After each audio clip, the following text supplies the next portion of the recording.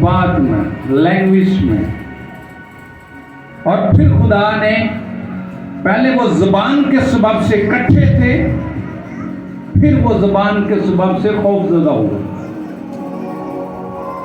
खुदा ने बरकत देकर उनको ममूर मकूम करने को काम दिया, लेकिन ये बरकत समेट कर खुदा का मुकाबला करने चल पड़ा। और फिर खुदा ने उनकी ज़बान में इख्तलाफ डाला और उनको प्रगंदा किया। वहां से ग्रुप, कबीले, मुख्तलिफ बोलियां निकली और हर शख्स जो दूसरे की बोली बोल रहा था वो ग्रुप बन गया। कोई इधर को आया, कोई इधर को गया, कोई इधर को गया, कोई इधर को गया, और सब खौफ की वजह से प्रगंदा हुए। किसकी वजह से? खौफ क्या था कि एक दूसरे की बात को समझ नहीं पा रहे थे। और इसी तरीका के साथ खुदा हमारी जिंदगी में ऐसे बेशुमार वाक़े लाता है कि हम खुदा की बात को समझ नहीं पा रहे होते। ईमानदारों, जब हम अपनी सलाहियतों पर और अपनी कमाई पर फख्र करना शुरू कर देते हैं तो हम उस देने वाले खालक मालक को पसे पुश डाल देते हैं, उसकी बेइज्जती करते हैं। जैसा कि आज ईद है और अमाल की किताब में ईद पेंतिकोस्त के तल्लुक से लिखा हुआ है, दूसरे बाब में, मसीह खुदावंद गत्समनी बाग में है तो वहां पर पकड़वाने वाला आ मौजूद हुआ है और शागिर्द प्रगंदा हो गए हैं।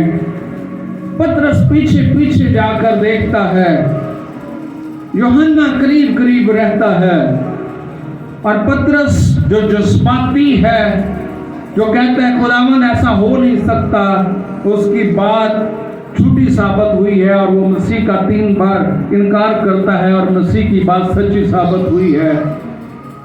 और उसके बाद मसीह खुदावंद को मसलूब कर दिया जाता है और मसीह खुदावंद तीसरे दिन मुर्दों में से जी उठते हैं और शागिर्द अपने आप को कमरे में बंद कर लेते हैं। मसीह मुर्दों में से जी उठे हैं और शागिर्द मुआशरे से निकलकर कमरे में बंद हो गए। शागिर्द खौफज़दा हैं और जो कैद में रुई थी वो खुशी से झूम उठी है। शागिर्द खौफ में है और खुदा यीशु मसीह बंद कमरों में उनके पास जाता है और जाकर कहता है, मेरे हाथों को देखो, मेरी पसली को देखो, मेरे पाँव को देखो, मेरे सर को देखो। मसीह खुदावंद उनके खौफ को दूर करते। 40 दिन तक मसीह खुदावंद उन्हें नजर आते रहे, उनके खौफ को दूर करते रहे, और वो बातें जो उनके ज़हनों में थी, मनफी बातें, ख्यालात, उनको ज़ाइल करते रहे और उन्हें कलाम की सदाकत के मुतल्लिक़ आगाह करते रहे। और 40वें दिन शागिर्द दलेरी करके बाहर निकलते हैं और कोहे ज़ैतून के पहाड़ पर चले जाते हैं। और वहां पर मसीह खुदावंद उनसे एक बात करते हैं, अब मैं जाने को, क्या करने को? और फौरन खुदा का फरिश्ता आकर उन्हें कुछ कहता है, ऐ गलीली मर्दो, जिस तरीके से तुम इससे जाते देख रहे, इसी तरीके से तुम इसे बदली ने उन्हें छुपा लिया। जब ये कोहे ज़ैतून से निकले आ रहे हैं तो लोग इनको देख रहे हैं, ये तो बड़े डरे हुए थे, सहमे हुए थे, इनका खुदावंद इनसे जुदा हो गया, जिनके पीछे ये बड़े फख्र से चलते थे, जिसके नाम से मोर्चे होते थे, जिसके नाम से कुदरत आश्कारा होती थी, वो तो इनके दरमियान नहीं है, इनकी हालत कैसे होगी। लेकिन वो एक वादे के जरिया से पहाड़ से नीचे उतरे और मसीह खुदावंद से क्या कहा, जब तक तुम्हें आलमे बाला से कुव्वत का लिबास ना मिले तो क्या करना, यहीं ठहरे रहना।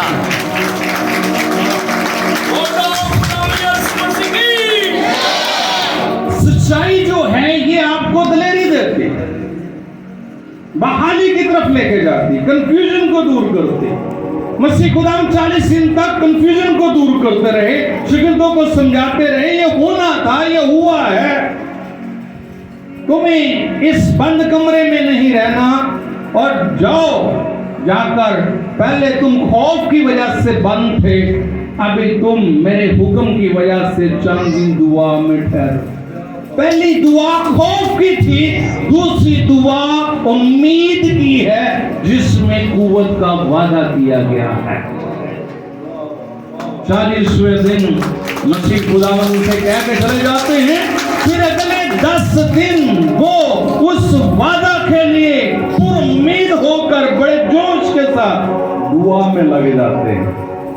जैसा कि हिमाल की किताब 2 बाब और उसकी पहली 4 आयत पढ़ते हैं, जब ईद पेंतीकोस्त का दिन आया तो वो सब एक जगह जमा थे कि यकायक आसमान से ऐसी आवाज आई जैसे जोर की आंधी का सूखा, और उससे सारा घर जहां वो बैठे थे गूंज गया, और उन्हें आग के शोला की सी फटती हुई जुबानें दिखाई दी, और उनमें से हर एक पर आग ठहरी, और वो सब रूह कुदस से भर गए और गैर ज़बानें बोलने लगे, जिस तरह रूह ने उन्हें बोलने की ताकत बख्शी।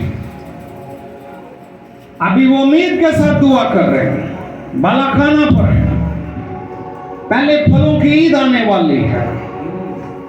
लोग अपने खेत का पहला फल जो भी सिटे निकले हैं, जो काश्तकार लोग हैं, जिम्मेदार लोग हैं, जब गंदम के सिटे अभी दूध से भरते हैं तो उनको छोटे होते हुए हम भी थोड़ा सा आग पर भूनकर मसल कर खाते थे, बड़े टेस्टी होते हैं। और वो पहले फल लेकर क्या कर रहे हैं खुदावंद के हुजूर में, और यहाँ पर लोग अपनी खुशी और अपनी बरकत को खुदा के हुजूर में सेलिब्रेट करने के लिए पहले फलों को ला रहे हैं। और यहाँ पर ये लोग दुआ में ठहरे हुए हैं। जब ईद पेंतीकोस्त का दिन आया, पहले फलों की ईद का दिन आया, तो यकायक आसमान से ऐसी आवाज आई, कैसी? ऐसी आवाज जैसे जोर की आंधी का,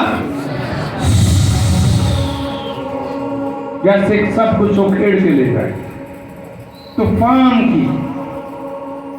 और जहां वो बैठे तो सारा घर क्या हो गया? गूंज गया, हिल गया,